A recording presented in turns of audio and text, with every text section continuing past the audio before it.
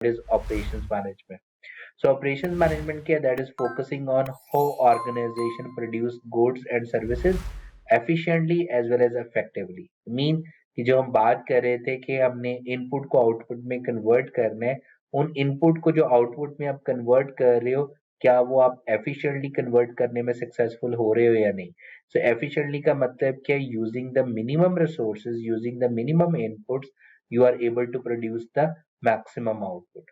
तो आपने कम से कम रिसोर्सेज के अंदर किस तरीके से आप मैक्सिमम से मैक्सिमम आउटपुट को प्रोड्यूस कर सकते हो. ठीक है जी. सो एफिशिएंसी को हम कैसे कैलकुलेट कर सकते हैं, that is the actual output. Okay, actual output divided by you can say the standard output. ठीक है, और you can say the target output के पॉइंट ऑफ व्यू से भी आप ले सकते हो. और इफेक्टिवली क्या होता है कि जो आपने टारगेट सेट किया था, क्या आप उस टारगेट को अचीव करने में सक्सेसफुल हो रहे हो या नहीं हो रहे. ठीक है, so that is effectively. So efficiently क्या है, with the minimum resources we are able to produce the maximum output. ठीक है, और इफेक्टिवली क्या है कि जो आपने टारगेट सेट किया, क्या आप उस टारगेट को अचीव करने में सक्सेसफुल हो रहे हो या नहीं. सो ऑपरेशन मैनेजमेंट का काम क्या होता है, ऑपरेशन मैनेजमेंट में हम इसी चीज की बात कर रहे होते हैं कि किस तरीके से हम जो है वो अपनी जो प्रोडक्शन कर रहे हैं, मीन जो प्रोडक्ट प्रोड्यूस कर रहे हैं, सर्विसेज कर रहे हैं, वो कितने एफिशिएंटली और इफेक्टिवली कर रहे होते हैं. Secondly we are talking about कि how we can improve these operations और प्रोसेस के पॉइंट ऑफ व्यू से जो हमारी प्रोडक्ट या सर्विसेज को प्रोड्यूस करने में हमें हेल्प आउट कर रहे होते हैं. ओके, देन हम एक और तरीके से भी इसको डिफाइन कर सकते हैं, जो कि कर्जुस्की जो है उसको डिफाइन कर रहा है कि ऑपरेशन मैनेजमेंट क्या, that is a systematic design, direction and control of processes. ठीक है, सो हम डिजाइन एक्टिविटीज कर रहे होते हैं, हम डायरेक्ट कर रहे होते हैं, हम कंट्रोलिंग एक्टिविटीज परफॉर्म कर रहे होते हैं to convert the input into the output, और जो कि हमारे पास जा रही होती हैं internal as well as external customer. External customers obviously वो कस्टमर जो आपकी प्रोडक्ट को कंज्यूम कर रहा है या यूज कर रहा है. इंटरनल कस्टमर क्या हो जाएगा, okay, the next department would be the customer for the previous department, such as जैसे हम टेक्सटाइल पॉइंट ऑफ व्यू से एग्जांपल लें, सो जो आपके स्टिचिंग वाले हैं वो कस्टमर होंगे किसके, कटिंग वालों के.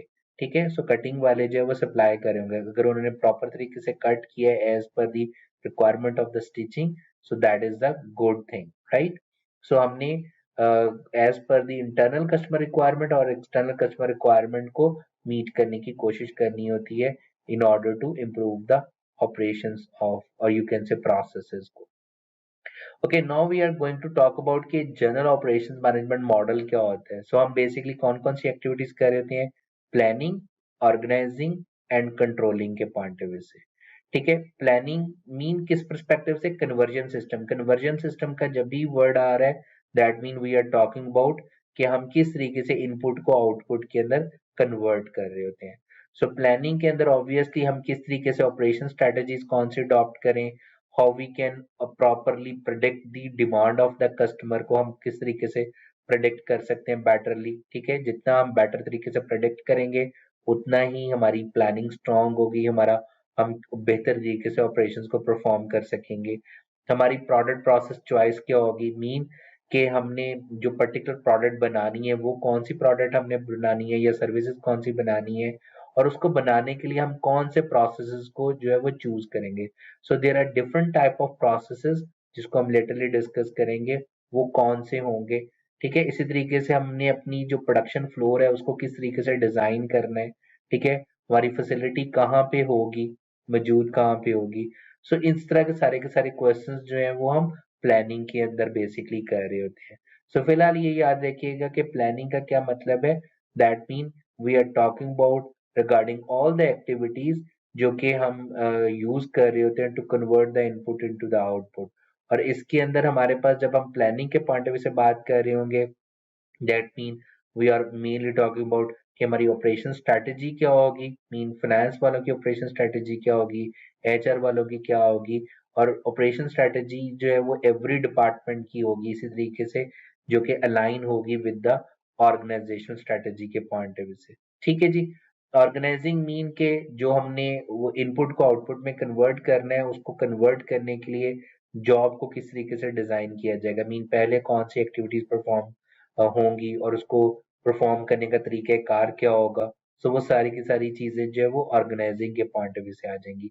And then in the end we are also controlling as well, कि जब हमने इनपुट को आउटपुट में कन्वर्ट कर दिया तो साथ ही साथ हम कंट्रोल कर रहे हैं किसको, मटेरियल को हम मॉनिटर कर रहे होंगे, उसी को हम कंट्रोल करने की कोशिश करेंगे ताकि हमारे पास इनफ मटेरियल अवेलेबल हो, ताकि हम उन जो डिमांड है उसको मीट कर सकें।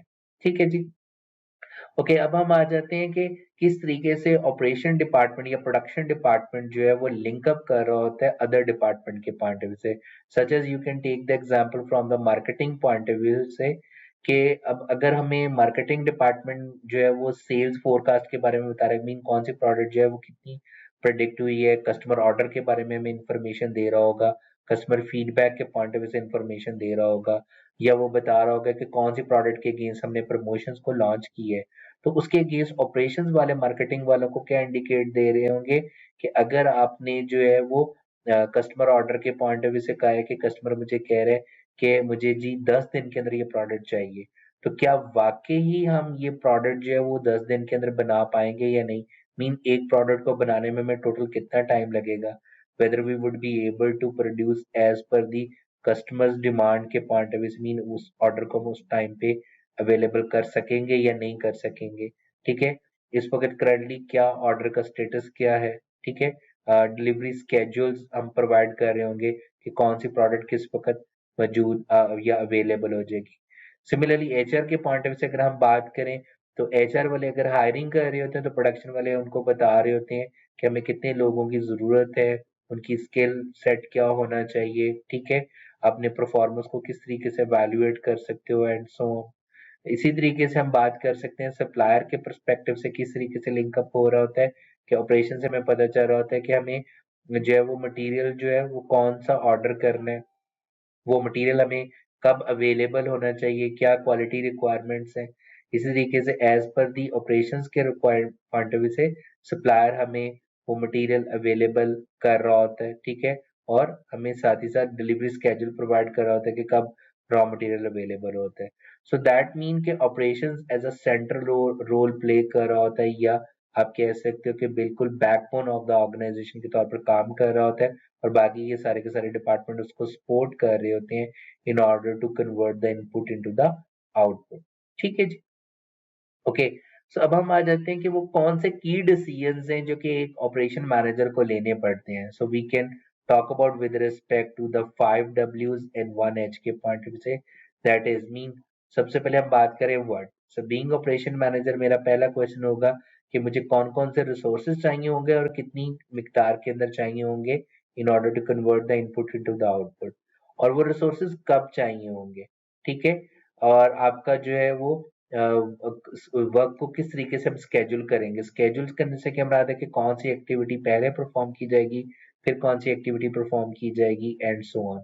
सो when should material and other supplies be order, कि हमें कौन सा मटेरियल कब ऑर्डर करना है। ठीक है, तो तमाम के तमाम क्वेश्चंस का हम यहाँ पे व्हेन के पॉइंट ऑफ व्यू से हम बात कर रहे होते हैं। इसी तरीके से वेयर के पर्सपेक्टिव में कि कौन सा काम कहाँ पे परफॉर्म होगा, कौन उसको परफॉर्म करेगा और कैसे परफॉर्म कर रहा होगा। ठीक है जी।